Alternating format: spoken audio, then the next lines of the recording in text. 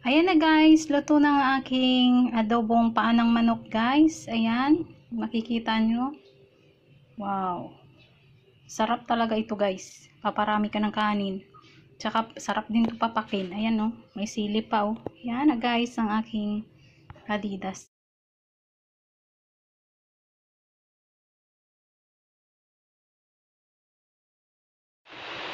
Hello guys, mag-aadobo ako ngayon ng paa ng manok. Nahiwa ko na rin ang aking sibuyas, bawang, kamatis, kaunti lang, isang piraso lang kasi mahal ang ngayon ang kamatis.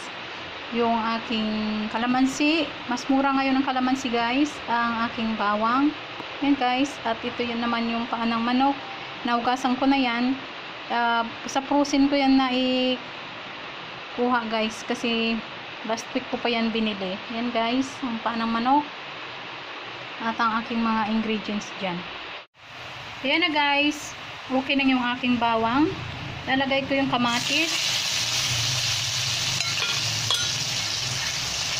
sibuyas.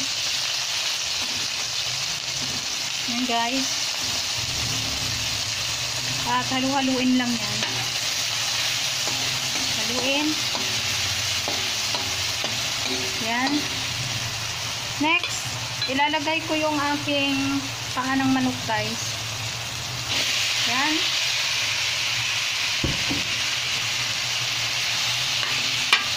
Gisa ko lang yan guys muna guys. Kaya na guys, ang update ng aking paa ng manok, lalagay ko yung aking paminta. Yan. Budbud ko na rin yung paminta guys. At lagyan ko ng konting tubig yan. Kunti lang guys. Kunting tubig lang yan kasi lalagyan ko pa siya ng tuyo. Guys. Ngayon guys, lalagyan ko siya ng kaunting tuyo. Kaunti lang muna. Yan na muna guys. Tapos takpan ko yan. Takpan ko muna yan guys.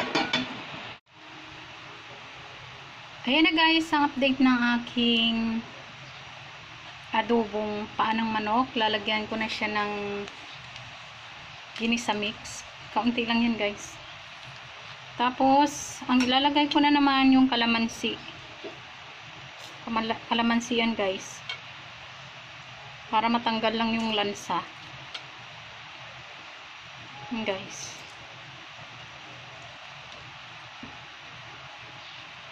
Yan. 3 pirasong kalamansi yan guys. Yung pinipiga ko.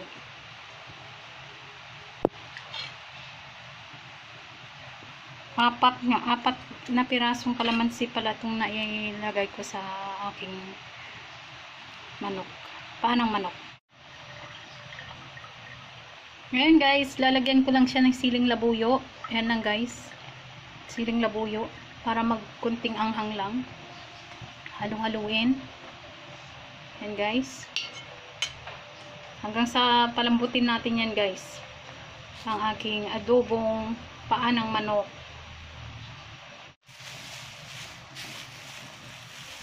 Yan guys. Maglalagay ako ng kaunting asukal.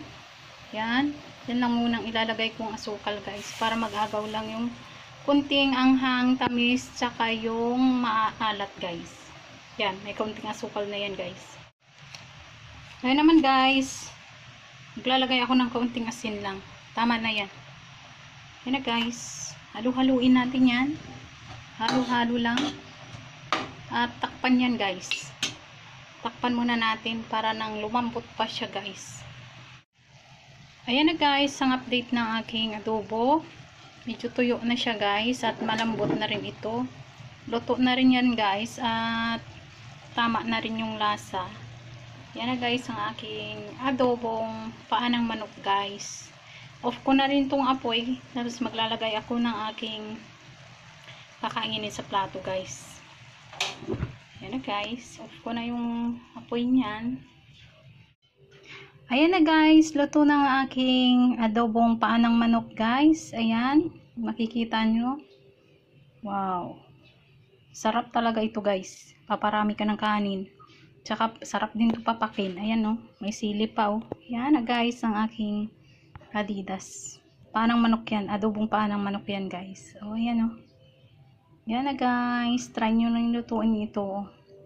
Paparami ka na ang kanin dito guys. At sarap papakin. Salamat sa panonood guys. God bless.